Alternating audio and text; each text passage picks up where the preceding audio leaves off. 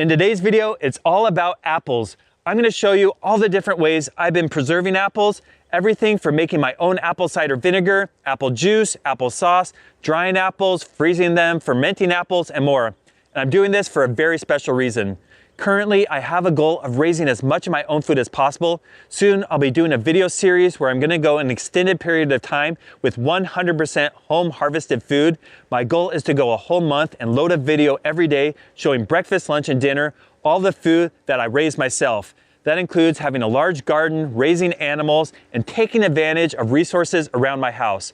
On the property I live, there are dozens and dozens of legacy apple trees. These are heirloom apples. Most of them are over 100 years old, and they're completely wild. I don't do any pruning, any fertilizer, any pesticides. They're just completely natural. And they produce so many different varieties of apples. We have yellow ones, pink ones, red ones, and more.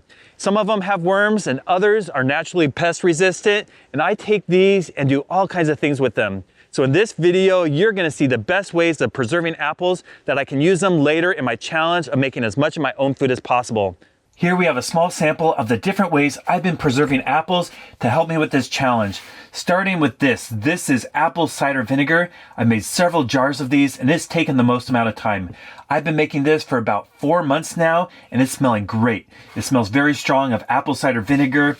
Now to start this process, I harvested a bunch of apples, different varieties, yellow ones and red ones. I washed them very well, took the cores out, cut them up, and placed them in a gallon jar. I then added some honey from my beehives and let them ferment for several weeks. It didn't take long for the fermentation process to get going. I was noticing bubbles and it smelled strongly of hard apple cider. The next step was to remove all the apples. I placed it in a different jar with a cheesecloth on the lid and that exposed it to the air. And with that aerobic environment over time, it converted the alcohol to vinegar.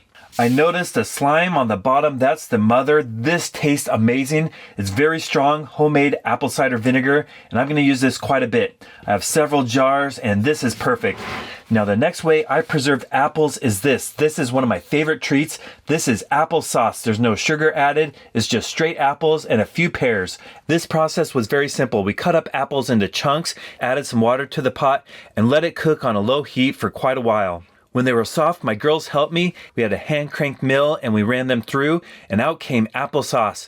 We then water bath canned them in fruit jars, and when those lids sealed, we have an amazing treat. Now the next way I preserved apples is dried apples. And I did this in a very special way. In my backyard, I made a solar dehydrator that's 100% powered by the sun, no electricity. I cored the apples, cut them into thin slices, and lay them out on the solar dehydrator. And after a day in the sun, they're completely dry and ready to store in these jars. Now our next method is just straight up apple juice, and it's a little bit unconventional how I made this. I didn't have an apple cider press, but I did have a juicer. So I just sliced up a bunch of apples, ran them through the juicer, collected the juice in jars, water bathed it, and there I have it, apple juice. Now the next method is not pure apples.